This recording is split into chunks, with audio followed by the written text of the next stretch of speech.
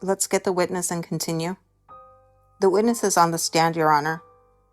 Forgive me, I didn't even look. Okay, let's go. Mr. McLeod, you are still under oath. Brian McLeod, called as a witness by the government, having been duly sworn, testified as follows.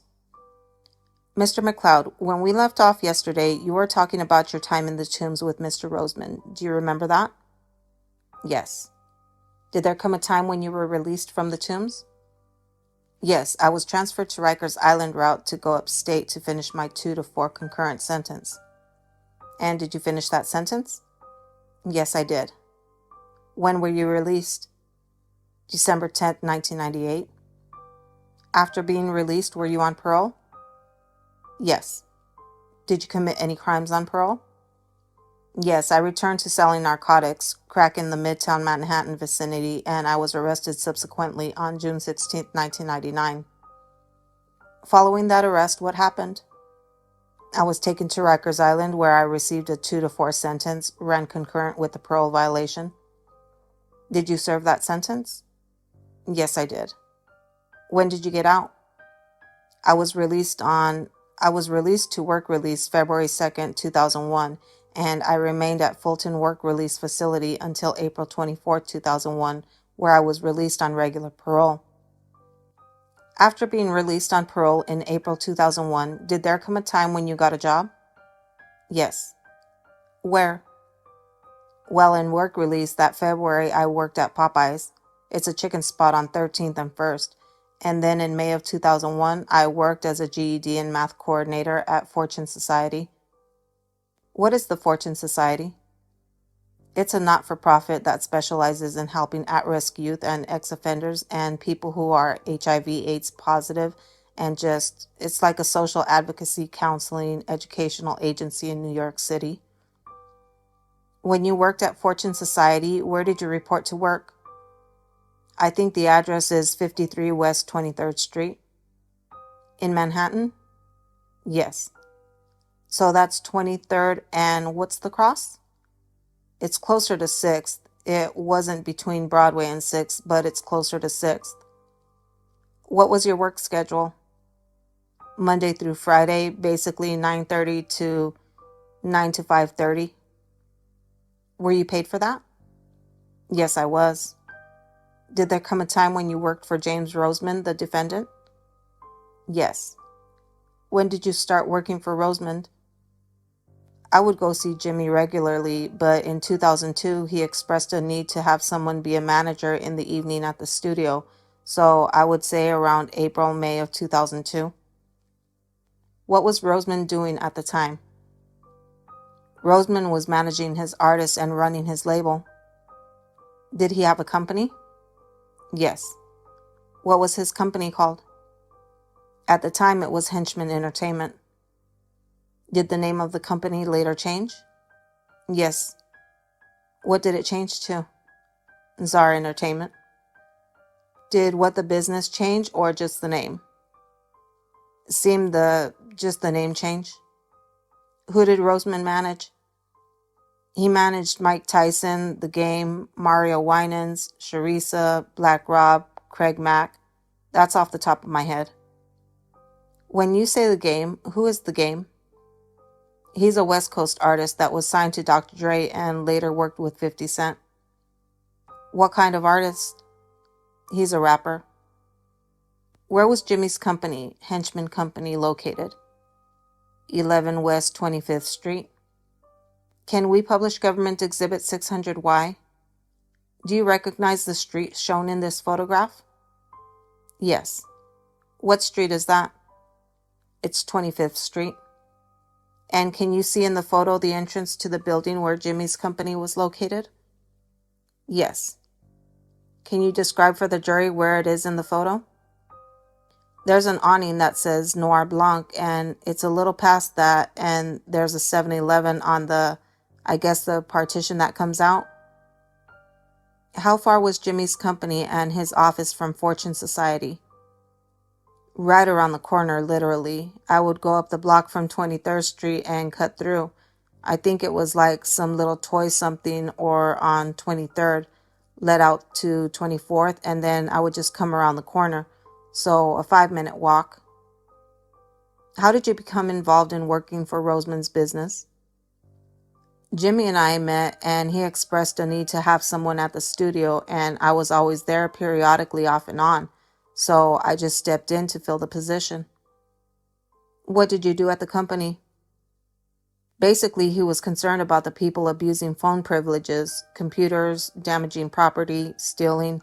There may be something that just needed to be kind of reined in to keep a check on the bills, the expenses that were accruing as a result of people kind of not doing what they were supposed to be doing.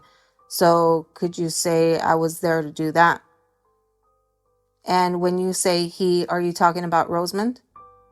Yes. How often did you work at the company? Pretty regularly, Monday through Friday. What time of day would you work? It would be after I left my other job, so 6-ish to midnight, sometimes later. Did you get paid for what you did? No. Did Roseman give you compensation in any way? Well, if I needed something, Jimmy would, if I asked him for it, he would give me something. And how much money would Roseman give you around this time? Well, I was working and a lot of people came to Jimmy for things, so I tried to be as self-sufficient as possible. But it might be a couple hundreds, it might be 50, it might be a haircut, it might be a cab, something of that nature. Did you have any other arrangement with Roseman relating to music? Jimmy always made it known if I had an artist or if I had someone who wanted to record, that the studio was there as long as I went through the proper channels that could happen. At the time, did anyone else who you were in the Tombs with, Roseman with, work for Roseman? Derek was always around, and when Jonathan Brown came home from jail in 2002, he was always around. Okay, can we publish Government Exhibit 16? Who is that again? Jonathan Brown. And can we publish Government Exhibit 5? Who is that? Derek Grant. What, if anything, did Grant do for Roseman? Grant would accompany Roseman to events. There were a couple of times where Grant, you could say, acted as muscle for him. You could say he was sort of security. Are you familiar with the company called Violator Records? I am. What is Violator Records? It's a company similar to Roseman's. It's a management. It was ran by Mona Scott and Chris Lighty. Directing your attention to the period from around 2001 to 2002. During that time period, did there come a time when you spoke to Grant about an act of violence relating to Violator Records? Yes, he told me that he had just put a couple of shots into, I guess there was like a glass partition or awning at the Violator office, and we were leaving the office and he explained to me that he just put a couple of shots into that glass. What were you and Grant doing when he told you this? We were just talking, and I think we were about to both leave. We were both leaving. We were at the studio, and we were both leaving the studio. So in the elevator and walking out the door, he explained this to me. Did Grant explain why he did that? Not actually. Objection, Your Honor. Yes or no? Just answer yes or no. Yes or no? Did Grant explain why he did the shooting? No. Did Grant tell you anything about whether he was going to be compensated for the shooting? He said Jimmy was going to give. Answer it, yes or no? Yes. What did he say? He said Jimmy was going to give him a half a kilo of cocaine. Before that conversation, did Grant ever say anything about having the problem with Chris Lighty or Violator? No. Can we publish Government Exhibit 6? Who is this? This is Jason. Do you know his full name? Jason Williams. Did Jason Williams work for Roseman's company when you did? Yes. Based on what you observed, what, if anything, did Williams do at the company? Jason was an assistant to Roseman. Initially, when I met him, he would store contracts. He would handle emails, take care of scheduling, phone calls, messaging, things around the studio. After that, he became Jimmy's driver and still acted in the same capacity. And in the early 2000s, what kinds of tasks did Jason perform for Roseman? Objection, Your Honor. Time period. Remind me. Early 2000s. I'll allow it. You can answer the question. Early 2000s, Jason would be, for lack of a better word, an administrative assistant and sometimes driver. Did you observe Jason interact with Roseman? Yes. How would you describe Jason's relationship with Roseman? He looked up to Jimmy. He respected him. He saw Jimmy as a mentor. Objection to the categorizing things, the characterizations that he is using. I think his testimony should be limited to what he saw. He is testifying about what he observed. It's overruled. You can answer. It was a paternal or an avuncular relationship. In this parental relationship, who was the parent? Jimmy. Who was the child? Jason. Did you observe Jason Williams interact with Derek Grant? Yes. How would you describe the relationship between Grant and Jason Williams? During the same time period? Yes. Initially, Jason and Derek, they had a love of video games. They liked similar music. I would say like brothers, friends. Did you ever observe them play video games together? Yes. Where? At the studio. Earlier, you described a shooting that Grant did at Violator Records.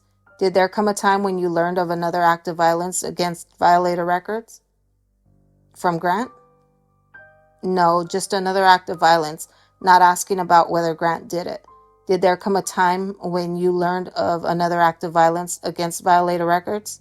Objection to form, Your Honor. Overruled. You can answer the question. Either late 2002 or early 2003, cold outside. I think it was early 2003.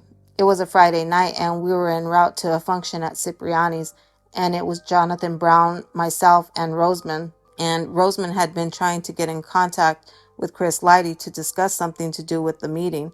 And apparently Chris was ignoring his attempts to communicate with him, and minutes before we all left together, Jimmy went downstairs by himself. I'll say about 10 minutes later, he called us meaning Jonathan Brown and myself, and we came downstairs, and when we got in the car, he explained that he had just put a couple of shots into Chris Lighty's car because, he was ignoring him. And at that very moment, his phone rang. It was Chris Lighty, and he explained that I'm not ignoring you. I've just been out of town, real busy. And we just all looked at each other, and I said, "That's God," and we pulled off. Where were you and Jonathan Brown and Roseman when you got into the car? Where was this? This was on 25th Street. Were you guys at the company, at Jimmy's company's office before you got into the car? Yes. Who was it that you said that put shots into Chris Lighty's car? Jimmy said this. Who was it who described to you that he did that because Lighty had not been returning his call? Jimmy did. Which car did you guys get in? I think it was a black Lexus. Did there come a time when you stopped working at Roseman's company? Yes. Roughly what year? The end of 2003. Why did you stop working at the company? Jimmy was cleaning house, getting rid of a lot of riffraff. The studio was getting out of control, and myself and a couple more guys were actually engaging in the same activity we were supposed to be deterring, and that activity was smoking marijuana in the steps of the building where the studio was. How would you describe your relationship with Roseman after that? Nothing changed. It's just that I wasn't at the studio anymore. After leaving the studio, did there come a time when you were arrested in a drug case? Yes. When were you arrested? August 29, 2004. Where were you when the arrest took place? I was in an apartment in Woodside, Queens. Who did the apartment belong to? The apartment belonged to Jonathan Brown. Can we publish Government Exhibit 16? Before the arrest, had you been to that house? Yes. How many times? Several. I had a key. During your visits to that house, what, if anything, had you seen in the house? There were numerous times where I saw cocaine being packaged or repackaged, or money being counted, or things, drug activity. Directing your attention to the day of your arrest, August 9, 2004, why did you go to the house on that date? Initially, I came to the house on that date because Jonathan called me. He said he needed my help. I left and later on received a phone call, and the person on the phone on the line dialed me from a 301 number. So I said, "This is Los Angeles." And I picked up and they were asking had I seen Jonathan that day. I said, "Yeah, I saw him earlier." "Well, he was supposed to drop something to somebody.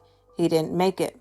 Can you go into the house because there's some paper there and there's some stuff there. I need you to clean it out." I said, "I'm on it," and I went. At that time, did you recognize the voice? I recognized the voice as either Jimmy or his brother. Which brother? Kessler. Did you later learn who the person was? Yes. How did you learn who the person was? I learned who the person was directly because Jimmy told me it was him in 2009 when I came home from jail. So the person who called you was Jimmy? Yes. After receiving that call from Jimmy, what did you do? After receiving the call from Jimmy, at the time I was in between Harlem and the Bronx, so I had the cab bring me back to Queens, and I went inside the house and told Jonathan Brown's girlfriend, Melissa, "Get up. We got to get out of here." And then I went to the closet where I knew the drugs and or money would be, and they both were there. And by the time Melissa got up, when I was grabbing everything, the door flew off the hinges and we were arrested. What were you arrested for? Possession of 40 kilos of cocaine and $450,000 in cash. Were any of those drugs or money in the house? There was 9 kilos in the house and 31 kilos were in the trunk of the car that I helped load, and the money was in the house as well. Were you arrested? Yes. After you were arrested, did you cooperate with law enforcement in that case? No. What happened to your case? I received a sentence of 6 to 12 years. What crime did you plead guilty to? B, felony in New York State, possession with intent. Just going back to the phone call from Roseman for a minute. You said he told you to go to the house and get the paper and the stuff. Is that right? Well, exactly what was said was, "Slim, there's some paper. There's some stuff there." I said, "What do you need to do?" "I need you to go to that house." I said, "Okay, I'm on it." And paper meaning money and stuff meaning drugs. I went and attempted to clean it out. Just so we're clear, Roseman didn't say drugs, right? No. He said stuff, is that correct? Yes. And Roseman didn't say money, right? Right. He said paper? Yes.